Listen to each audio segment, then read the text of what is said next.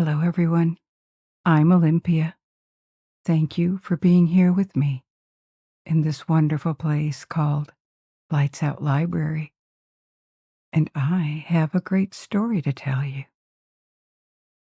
The first millennium BC, in the immense steppes, deserts, and forests of Northeast Asia, a storm is gathering.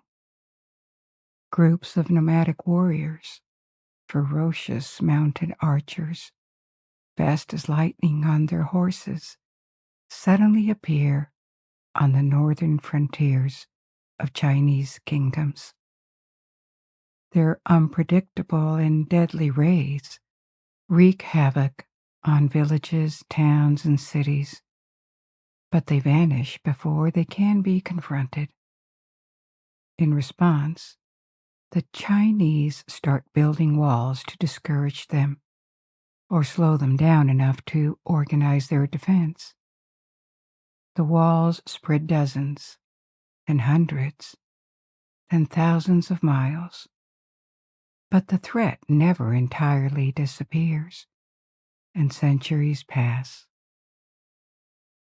Earthworks, wood, and adobe are replaced with brick and stone.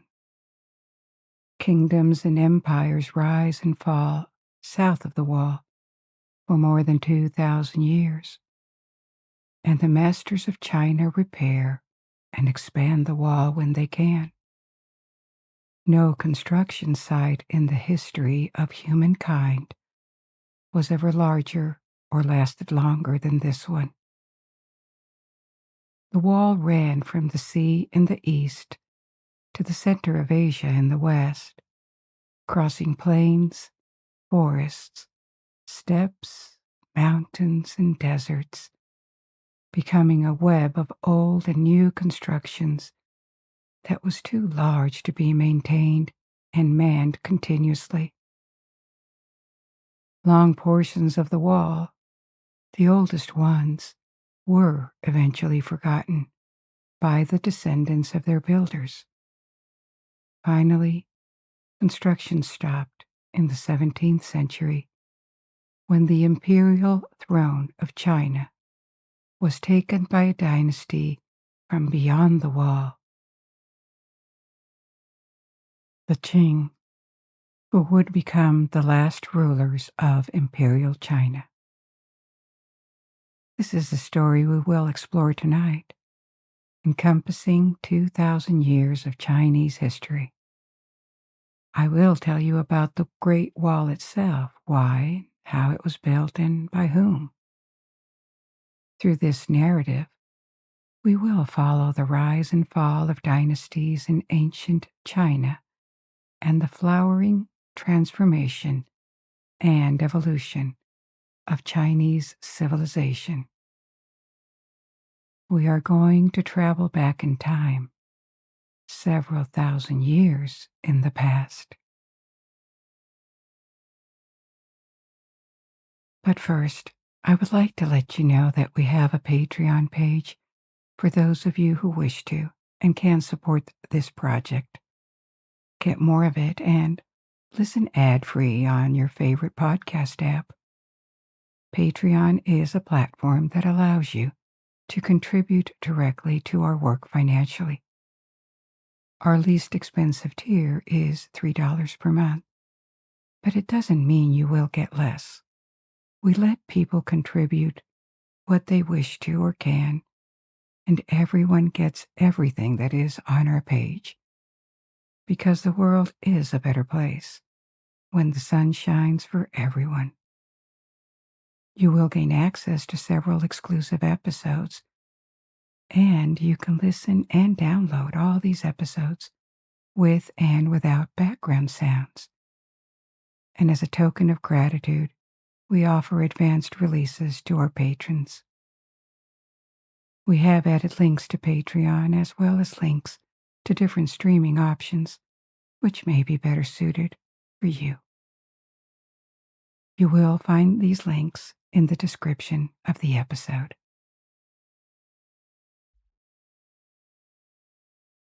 But before we begin, if you wish to, You may close your eyes and allow yourself to forget about any worries as we embark on this adventure together.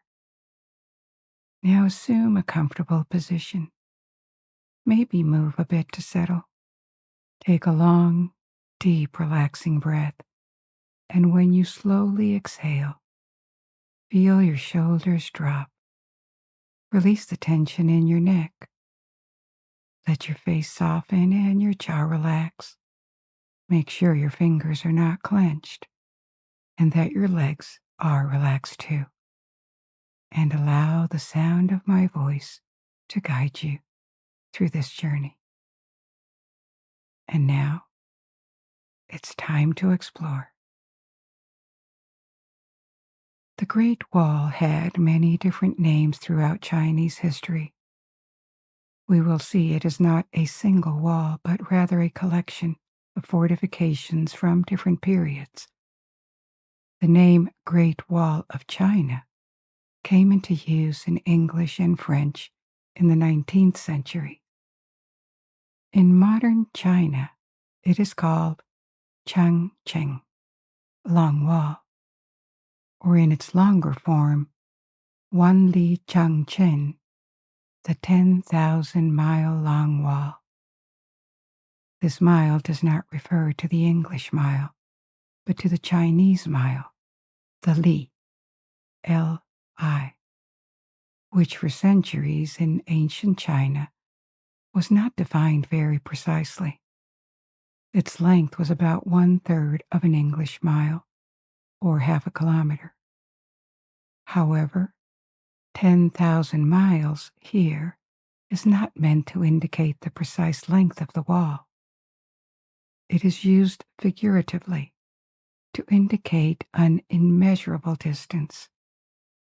Thus, the name could be more accurately translated as the immensely long wall, or the never-ending wall. Indeed, it was unthinkable for anyone in China to see every portion of the wall.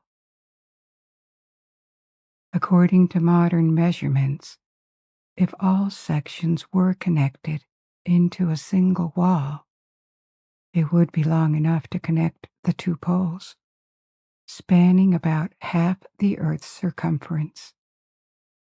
While we have all seen pictures of the wall running through mountains and plains, where it appears as a brick construction with regularly placed towers, this exists on thousands of miles, but it does not really reflect the variety of periods and materials used.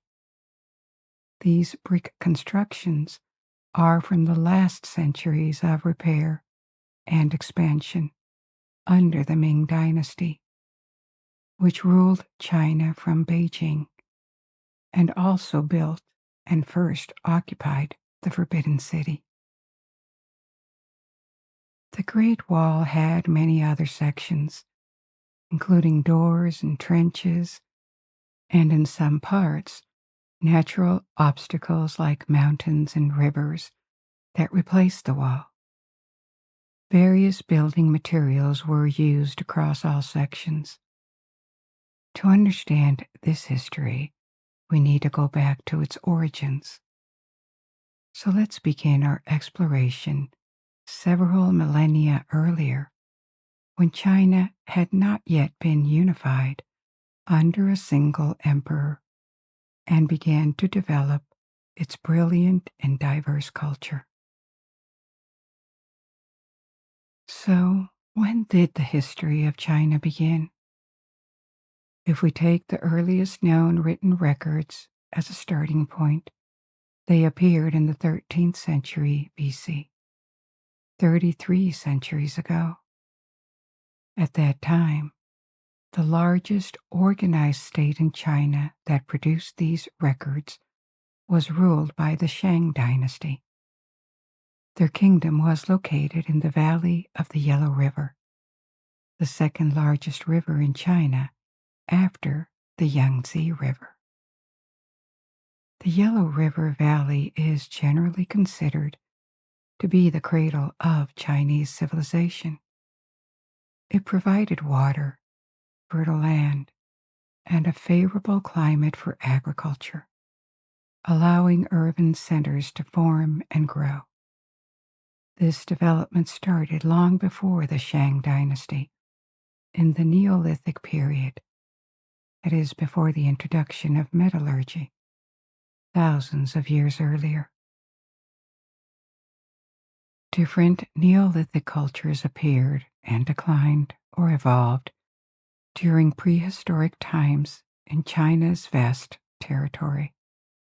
Early cultures flourished along the Yangtze River in the south. While little is known of these first cultures in China, but when it comes to agriculture, the earliest evidence of cultivated rice has been dated to 8,000 years ago, not long after equivalent discoveries in the Middle East. These cultures practiced farming on a growing scale, and signs of their cultural evolution have been revealed through archaeology.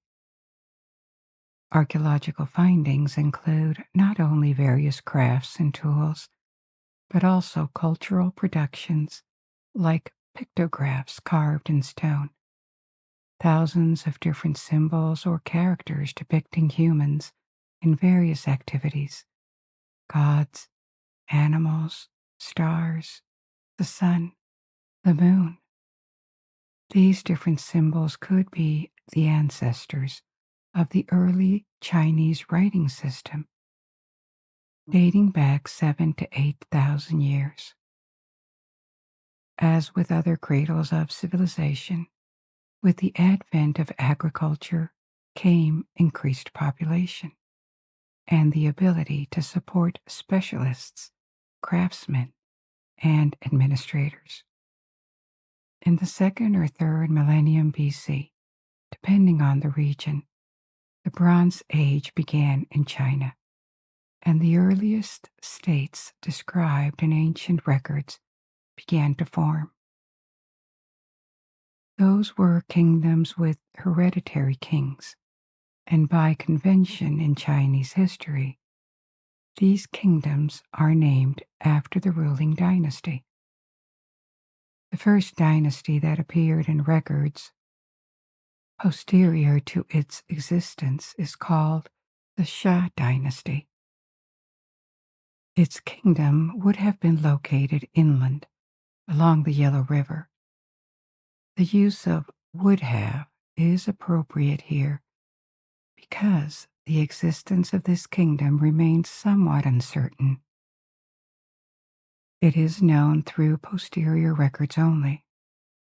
Archaeological remains would be consistent with its existence in this region during this period, 4,000 years ago. However, it didn't have a writing system, as far as we know, so there are no contemporary records that prove the existence of a state with a single dynasty and administration. Writing apparently started later, in the second millennium BC, and thanks to it, the Tang Dynasty is now much better known.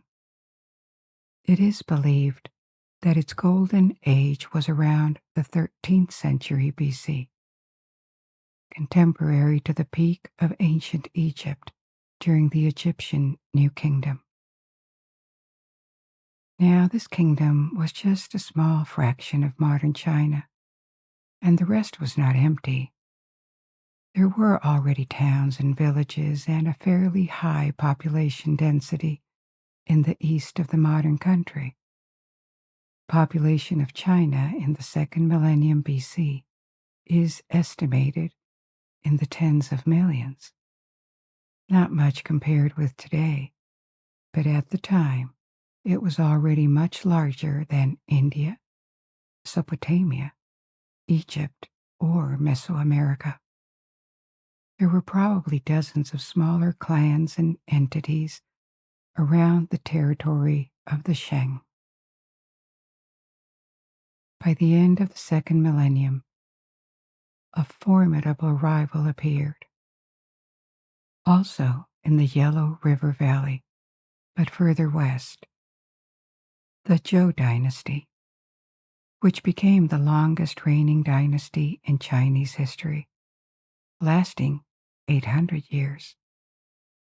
The two controlled a quite large territory centered on the Yellow River and its tributaries, but by the 8th century BC, their kingdom began to fracture. They lost much of their influence even though they didn't disappear. The process of fragmentation appeared all across China, and eventually, within a few decades, so many local leaders claimed independence that there were hundreds of states in China, some no bigger than a village or fort.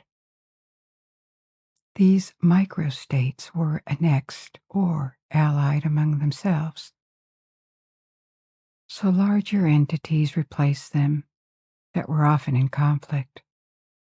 This period of fragmentation and infighting lasted for several centuries. The last 2 centuries are called the Warring States period. During this time, there were 7 prominent states, 7 kingdoms, and as many dynasties that fought for several generations until one of them, the Qing, prevailed and unified China for the first time. The Qing king proclaimed an empire and thus began Imperial China at the end of the 3rd century BC. Interestingly, the Great Wall did not exist yet. During all these centuries of recurring wars, the Chinese built many fortifications, including very long walls to protect their frontiers from their Chinese neighbors. These walls were made of stone or by tamping earth or gravel between board frames. They could only withstand attacks from small arms like spears or swords. The Iron Age had begun in the 6th century BC, and weaponry was becoming increasingly sophisticated. The walls could be very long, stretching dozens of miles. There is no equivalent to this practice of wall building in other civilizations around the world. While virtually all sedentary states around the world built fortresses or arranged defensive positions, none built such long walls to defend their frontiers. This was possible in China thanks to the large number of workers and their availability. As during the time of the Warring States, the political organization resembled a feudal system. So, to an extent, the rulers could dispose of the workforce. During this long period of wars, sometimes frontiers stayed the same for a very long time. All this explains how the building of walls became so important in China. When the warring states were unified and conquered by the first emperor, Qin Shi Huang, his empire had plenty of these sections of walls that divided it, following the frontiers of the former states. He ordered their destruction because he wanted to centralize China and avoid the resurgence of feudal lords that dominated the previous period. Only the northern sections of the wall were kept, restored, and even expanded to protect against the people from the north. At the time, the idea behind building of these new walls was not to fix the frontier once and for all. Qin Shi Huang was a conqueror. The building of the wall was as much a protection as a base to expand further and possibly build another wall further north. A spectacular tomb of Qin Shi Huang, the first emperor, was built near the city of Xi'an in the west of China, the capital of Qin. It is mostly known for the terracotta army.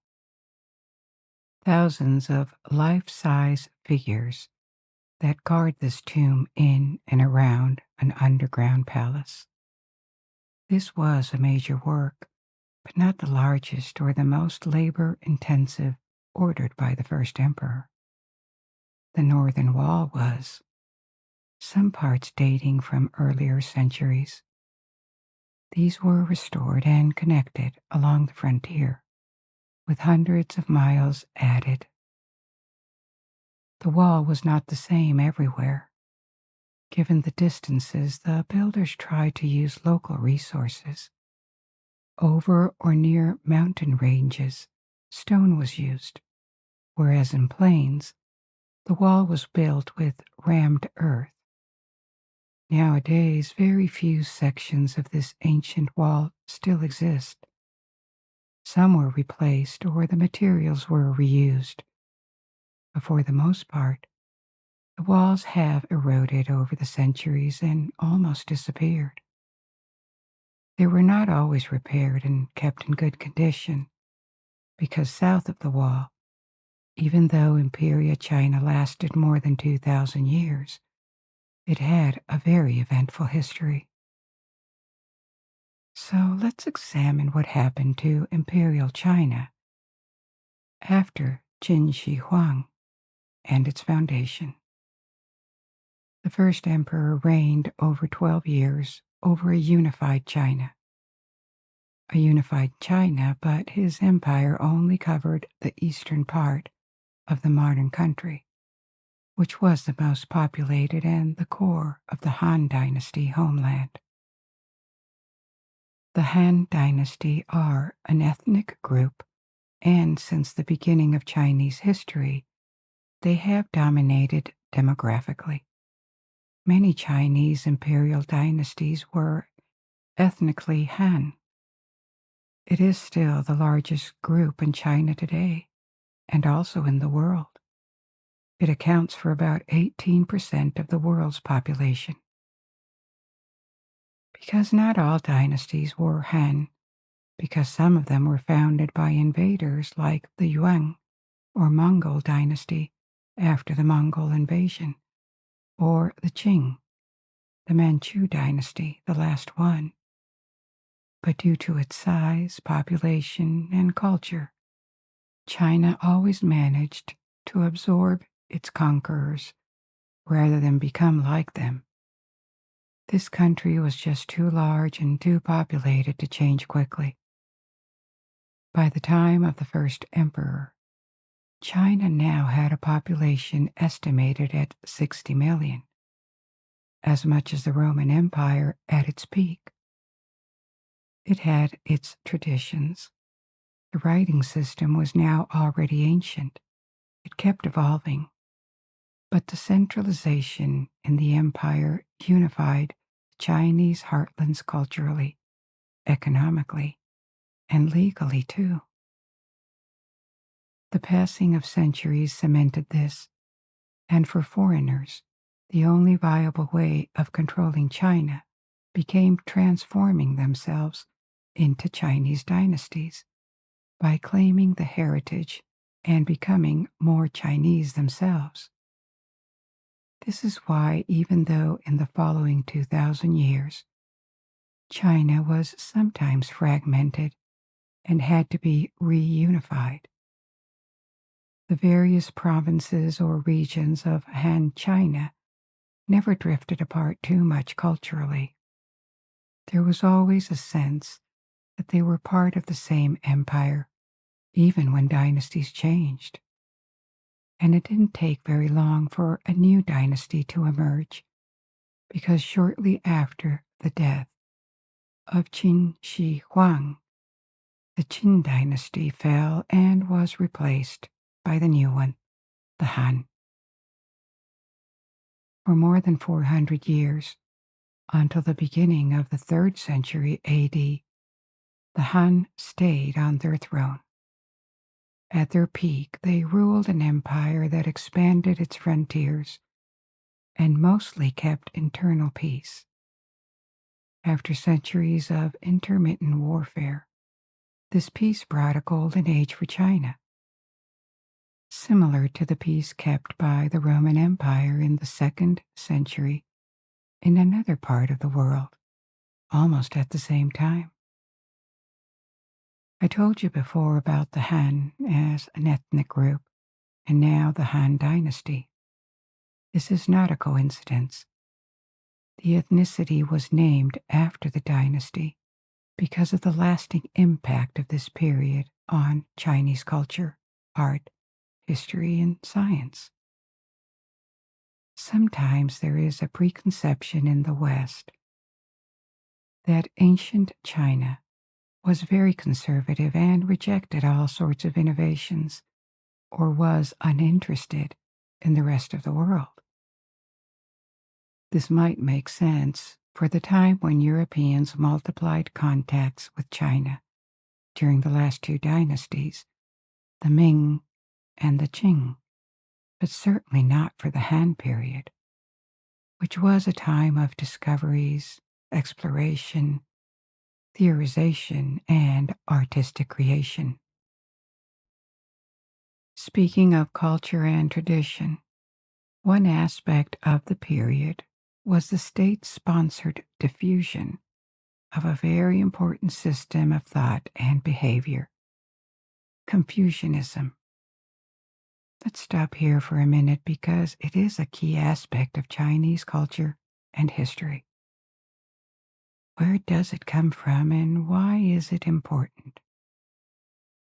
Confucius was a Chinese philosopher and politician who lived in the 6th and 5th centuries BC, during a time when China was fragmented, approximately 300 years before the unification and proclamation of the empire. He left many writings, though it remains unclear which ones were authentically his, as many were attributed to him later. What matters more is the doctrine he formulated during this time of war and instability. The context is important because much of his doctrine focuses on establishing a harmonious and peaceful society. He proposed numerous principles and guidance for human society to achieve this goal. Is Confucianism a philosophy, a religion, a humanistic or rationalistic thought system, or simply a way of life? It doesn't necessarily fall into one of these modern categories, but contains elements from each of them. Confucianism shows little interest in mysticism or spiritual life, and doesn't address an afterlife either. While it recommends respecting and worshiping ancestors, it neither promises life after death nor advocates worship of a pantheon. It can, however, be compatible with religion. Confucianism focuses more on human activities, and according to some scholars, it tends to transfer the sacred, which for most religions exists in a world beyond our reach, at least during our lifetimes, to our secular world. The sacred manifests in the ordinary activities of human life, where human activities and relationships are seen as a manifestation of the sacred.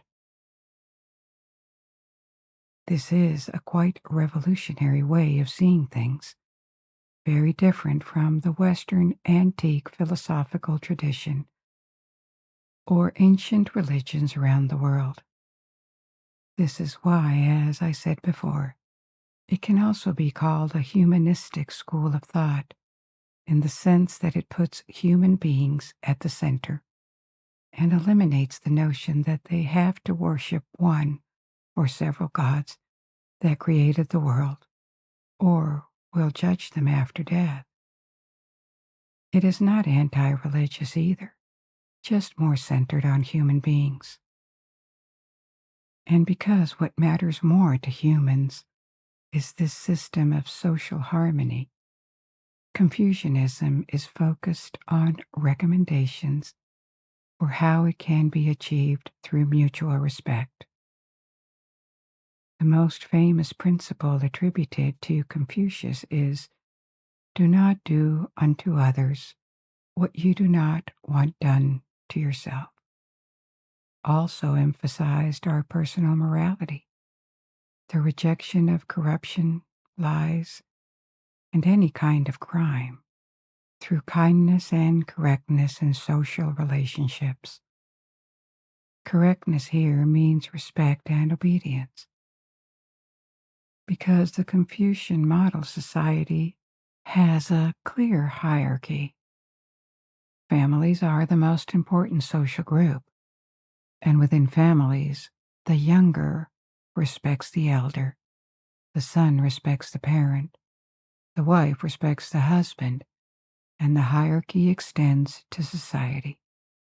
Subjects obey their rulers as long as each person follows the principle of morality and kindness and respect, including towards people they have authority over. This is supposed to preserve harmony. It reflects a rather optimistic view of human beings. And generally, Confucianism believes that humans have a good nature.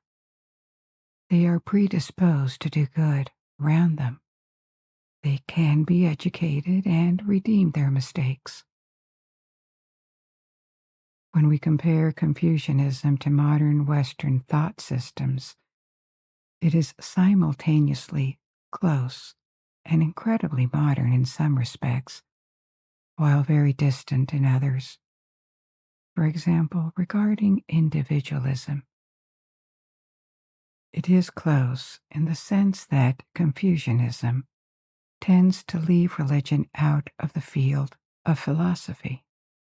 It is a form of humanism in that it puts humans and their well-being at the center of its preoccupations. There are also humanist schools of thought in Western tradition, but they flourished 2,000 years later. More accurately, perhaps some of their ideas or their seeds were present in Greek philosophy, but were eclipsed for a very long time in dominant thought until the European Renaissance. On the other hand, Confucianism clashes with notions like individualism, and to the average modern person living in a liberal democracy, this is difficult to accept. There is no individualism in Confucianism. Family and society are what matter. This means there is no such thing as the right for individuals to criticize or challenge social order.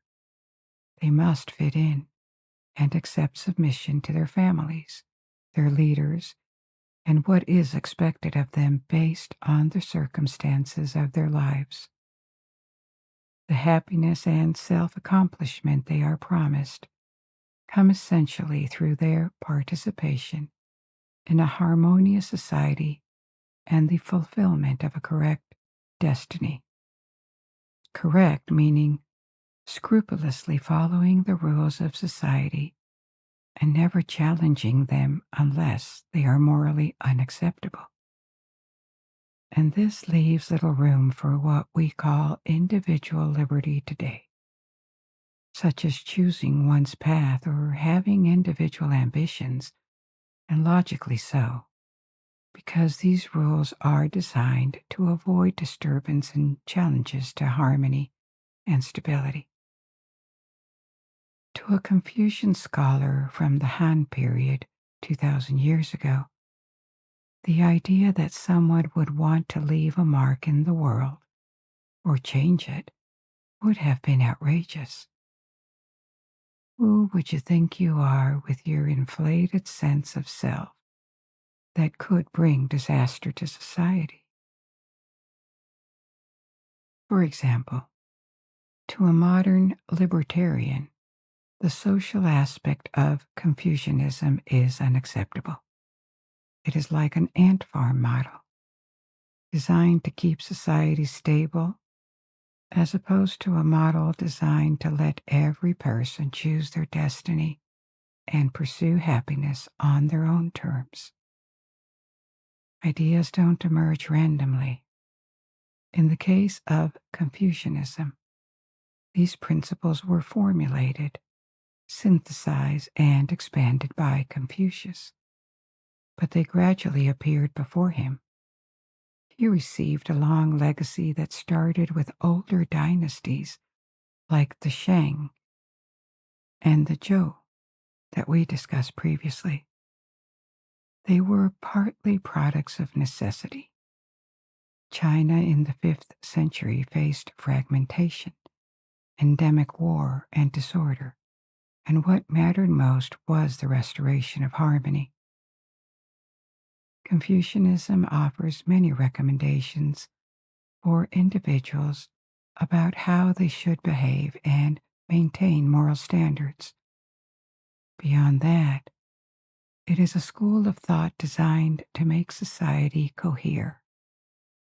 According to some critics, it is infantilizing to the point of emphasizing obedience and respect over independent thinking. These are just some of the broader aspects of Confucianism, because after his death, Confucius was highly influential and inspired many different schools of thought in Chinese philosophy and political thinking. Confucianism diversified, becoming more religious, more philosophical, or redefined as simply a way of life, a way to conduct oneself. It spread throughout most of China and beyond, to Japan, Korea, Vietnam, and the Chinese diaspora. It is one element that shaped East Asian societies and Chinese communities around the world, though they cannot be reduced to it alone. To explain how Chinese or Japanese societies functioned to this day, there were other influences, including other philosophies, even though none was probably as influential. And there is always the gap between principles and actual practices. Christianity fully dominated medieval Europe, but it doesn't mean the 10 Commandments were always respected. It would have been more peaceful, probably. The same applies to China. Confucianism rose to prominence, but it didn't erase individual ambitions, crime, revolts, and it certainly didn't end civil wars in China, as we are going to see in the following centuries. However, from the Han period that lasted until the 3rd century AD, Confucianism became an official doctrine promoted by the state. Under the Han, the Great Wall was not abandoned. It was repaired and expanded, not as much as under the first emperor, but as the main and almost only external threat to the empire came from the north, it was kept in good condition. The Han Dynasty had its peak in the 1st century and beginning of the 2nd century AD. After that, they declined financially because the state had sold more and more land to the aristocrats and wealthy families. As a result, its fiscal income had shrunk. There were feuds at the court, too, around easily influenced emperors. Rebellions broke out, and a long period of trouble began at the end of the 2nd century. The Han Dynasty disappeared a few decades later, and In the 3rd century, the empire broke up. For most of the 3rd century, it was fractioned into 3 kingdoms, 3 dynasties. This is called the Three Kingdoms period, the Wei, Shu, and Wu. A reunification took place in the 4th century under the Qin Dynasty, but it didn't last long, and for 2 more centuries, China fragmented again, until another reunification and the rise of a new powerful dynasty, the Tang. Another golden age was about to begin, but not for the Great Wall. Since the end of the Han Dynasty 500 years earlier, it had been mostly neglected because there were other priorities. Several times, people north of the wall had crossed to establish kingdoms in northern China, meaning that it was no longer on the frontier, so its importance had declined. As mentioned, the Tang period, which lasted for 300 years, was another high point in Chinese history. A powerful central authority was restored, and internal peace was returned, while imperial China reached an unprecedented geographical expansion. Once again, like during the Han period, science, technology, and crafts flourished. For example, it was under the Tang Dynasty that black powder was invented in the 9th century. China at the time was quite outward-looking. Its leaders certainly didn't have much doubt about their superiority. Nevertheless, they favored international trade. The Silk Road to the Muslim world was secured again. Ports in southern China prospered thanks to trade. They sent embassies, and Chinese travelers went to India. Buddhism had spread in China and become the main religion among the popular classes, competing with Taoism. Both Buddhism and Taoism do not necessarily fit into the Western or Middle Eastern definition of religion. They involve a number of beliefs and faiths, but they are also philosophical traditions that offer a way of life. Taoism began to emerge in the 4th century BC and shares similarities with Confucianism in the sense that it emphasizes the search for earthly perfection. It is very practical, and the name reflects this. Tao means the way or the path. It invites practitioners to cultivate simplicity, humility, and compassion as ways of living in harmony with the substance of everything that exists. This is where it differs from Confucianism, which has a somewhat rigid social doctrine that Taoism does not really address. However, the two doctrines developed within the same cultural background.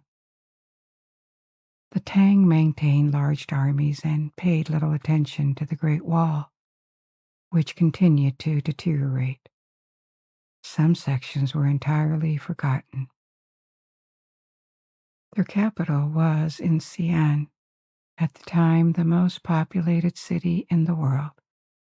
It was far from the northern frontier, and spending a fortune on the Great Wall never appeared as a priority. By the end of the Tang reign in the 10th century, the more pressing issue was that the empire was falling apart again. A new age of warlords and competing dynasties began, despite efforts to reunite China. For another 300 years, China fragmented, and 5 main states replaced the Tang Empire until the 13th century. This was a situation that the Mongols, led by Genghis Khan, found when they began their extraordinary expansion out of Mongolia. After a few years, the various kingdoms of China were overwhelmed, one after another, and the new masters of China became foreigners. Foreigners that, in a sense, China conquered culturally. To control it, they had to replace former emperors.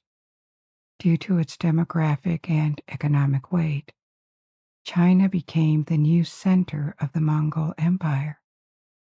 This Mongol dynasty, the Yuan, lasted until the 14th century, when they lost their throne to a rebel who founded a new dynasty, the Ming. The Ming moved their capital to Beijing in the north of China, and with them began a new era for the Great Wall. This fortification was irrelevant to the Mongols once they had invaded China. It didn't stop their invasion because it had been mostly neglected for a long time. After the invasion, it became a fortification line within their empire, so they ignored it, and it kept deteriorating into ruins. The Ming saw things very differently. Even though the Mongols had been expelled from China and their empire was falling apart, the heart of Mongolia, to the northwest of China, was still a potential threat. Memories of the invasion a century earlier were still fresh, and an intermittent conflict with Mongolic tribes continued for decades after the Ming took power.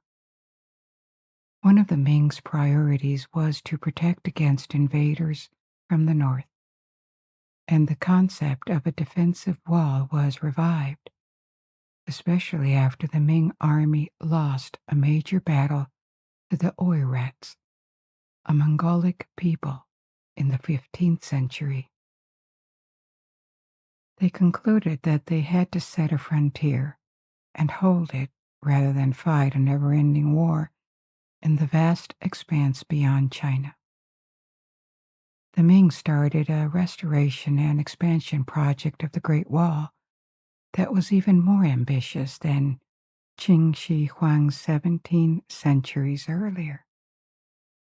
Instead of rammed earth in the plains, the walls would be rebuilt in stone and brick. The sections near Beijing were made especially strong to protect the capital. 25,000 watchtowers were constructed on the wall to warn of approaching Mongol raiders. The Chinese were well aware that a wall would not stop a large raid. It could be breached, or earth could be added on both sides to allow the passage of horses. The idea was more to dissuade small raids and let the Mongols know that this was the line not to be crossed. It also provided time to warn of an invasion so that troops behind the line could be mobilized and moved. The appearance of the Great Wall in most photos, or the most visited parts located north of Beijing, owes everything to the Ming period. This is when the wall became more uniform and adopted this architecture with a succession of towers. The top of the wall being like an elevated road that could be used to patrol and move along it. It ran to the sea because the Mongols were not the only danger. To the east were the Manchu. Towards the end of the Ming Dynasty in the late 16th century, the biggest concern was no longer the Mongols, but a Manchu invasion that began around 1600. The Great Wall and fortifications built to the north helped contain them. Only in 1644 could the invaders cross the wall for conquest. They had crossed it before, but only for raids with small groups. This time it was the main army for conquest, and the empire of the Ming was already collapsing when the Manchu launched their final attack. Beijing had fallen to an army of rebels when the Manchu arrived. They eliminated the rebels in China and the remaining Ming resistance. Once again, China had fallen to foreigners. The new dynasty, the Qing, controlled both the south and north of the wall. Manchuria was their homeland, and Mongolia was finally defeated and annexed by them, which rendered the Great Wall irrelevant. The wall was, of course, not forgotten because its presence was obvious, but it was neglected, and its historical significance didn't attract much attention. In the 17th, 18th, and 19th centuries, it deteriorated further. But at the same time, its fame grew around the world. More and more travelers, Chinese and foreigners alike, saw it and realized the monumental scale of the building. This made a bigger impression worldwide. Scholars and then the public realized that the Great Wall was the biggest building ever built by man. Further research in the 20th century, including recently, has unveiled totally forgotten segments, the older ones, which had been entirely lost due to desertic regions or mountains. The wall has been measured to be about half the circumference of Earth. It is so impressive that it sometimes leads to exaggerations, such as the legend that it is visible to the naked eye from space. But it isn't visible, even from low orbit. Although the wall is very long, it's not very wide. It has the width of a small house. Seeing it from space would be like seeing a thread from a distance of several hundred yards, which is impossible. Some sections, especially north of Beijing, are protected and well maintained. However, the monument is simply too large to be entirely preserved. In many locations, the wall is in disrepair and has been in that state since at least the 16th century. Parts have been destroyed to make way for construction or mining. In other sections, there are significant signs of erosion due to weather, especially sandstorms. Sometimes the height of the wall has diminished from its original 16 to 17 feet to 6 to 7 feet, particularly in the western sections that are made from mud and exposed to more erosion. Large parts of the wall run through remote regions, far from the bustling activities of Chinese cities. These sections are hardly ever visited, and as the seasons and years pass, they wait in silence as weather and the passing of time gradually erase them. We have reached the end of our journey for tonight. I hope you enjoyed it. You can let go and fall asleep, or if you prefer, choose another story from my library. And until we meet again, good night. Sleep well.